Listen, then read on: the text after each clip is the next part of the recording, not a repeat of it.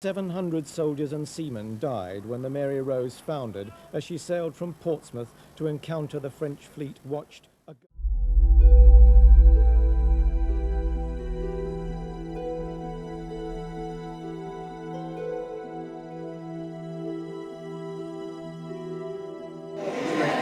Hello, so we are at the Mary Rose 4D event, and with me is Colin Fox. Hello. Hello. Hello there. So I gather you were part of the dive team. Yes, I started in 1978 when they were still just using the catamaran. Right. And then I carried on for 5 years. Gosh. Until 82 when it came up. So were you a diver? Was that your job? No, at the time I was doing a lot of work on super tankers, and for every weekend I was away I got 3.5 days leave, so I was able to accumulate a lot of extra time. Wow. Apart from my holiday. So I came down as often as I could, and I worked out that at the end of it all I'd done about just over a week underwater, about 172 hours. That's amazing. And about 250 dives, something like that. Yeah. But no, it was a fascinating experience. So what was your role? Was it just surveying, or did you actually get involved Well, in? excavating and surveying, yes. I mean, I think when you first go down there, it was in 78, it was the first year that they were actually diving inside the wreck. Wow. Up to that time, they'd gone all around the outside to kind of delineate where all the timbers were. Yeah. And in 78, they had to make this decision whether to raise the wreck or not. And there was a concern that there was the ship could have been all broken up. So what they did, they dug 2 trenches, one at the bow and one at the stern, and measured the angle of the decks at both ends. And finding out that both were exactly the same within a degree gave us a good indication that the rest of the wreck was intact, or some of it anyway. So at that point in 79, the Mary Rose Trust was formed. Instead of just going out every day in a little catamaran with 12 divers, they bought Sleipner for the dive platform. Yeah. And the decision was made to raise the Mary Rose. That must have been really exciting. Well, it was. It was a totally different ballpark. We were back in 79. We were just going out in the morning from 7 in the morning and up having one dive, and then coming back ashore about midday. Another 12 divers would go out, and they worked till 7 in the evening, and we just did it that way. After that, in 78 and onwards, we were sleeping on board. We did 36 hours on, 36 hours off, 2 dives a day, 1 day off, 2 dives on. Must be pretty intense. And then using airlifts, and of course surveying any objects we found. And the deeper you got, first of all, you found better and better things because they were better preserved, because they'd been covered up soon after the ship had sunk. But also because you were going deeper and deeper into the wreck, the dive time was shortened as well.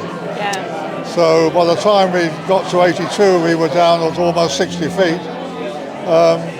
With only about 30 odd minutes dive time. Yeah. And then having a 6-hour break and diving again. So what's the most exciting thing you found? That's a question I get often. It's very difficult to say. I found a tankard, which is in the first bit in the museum. I think the most interesting bit was we were diving in 82. Margaret we had to empty the ship in 82, so we were working 24 hours a day. So we were working through the night. To start with, we had underwater torches and lamps, but the batteries weren't charged up, or the light bulbs went. Gosh. So we ended with these little chemical lights where you snap. We had 2 of those tied to our life jacket, and it was like a candle down there. Just going down like... So, and I was diving around an area where the old galley was, a load of bricks, which formed a brick. And I was almost feeling my way, and I suddenly felt this object which was quite curvy, and I thought this is like a kind of musical instrument, some kind of stringed instrument. And it's very funny how your mind works. You know, you think of the strangest things. I had no idea what it was, so I put it in my bag, brought it up to the surface, and it was a pair of bellows, which is an obvious place you might find by a galley. But that was pretty unique. You know, I think there may have been one more found there, but you know, to find something, sometimes like shoes and things like that, you know, there's lots and lots of them, or pewter plates. Just amazing. Lots and lots, but no, a few things like that where not many were found. We did an amazing job. It was. I was quite sad when it came up because I thought, what the hell am I going to do now? Did you continue diving? Yes. I got involved in other dive projects. There was a wreck off Hastings, a Dutch East Indiaman called the Amsterdam, which I did some work on, and also I met a guy from Oxford University who was working on some wrecks, very early wrecks in Italy, and I took a dive team from my club in Oxford to help out for a month on an Etruscan wreck, 600 BC, off the coast of Giglio, small island Giglio. Must be amazing to have been involved in the Mary Rose, and then it led to something else. And I did other little small jobs, but excellent. Great stuff. Well, thank you very much for talking to us. All right.